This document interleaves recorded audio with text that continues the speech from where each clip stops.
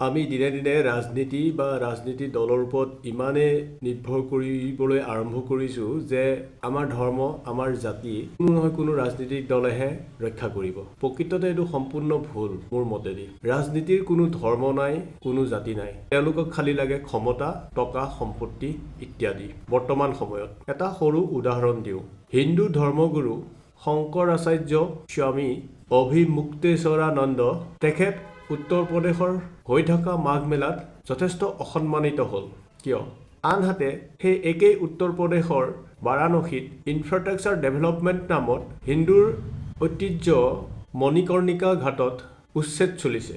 বহু বছৰ পুৰণি মন্দিৰ, মূৰ্তি আদি ডিমলিছ কৰি দিয়া হৈছে। তাত নতুন প্ৰজেক্ট আৰম্ভ কৰিব বুলি।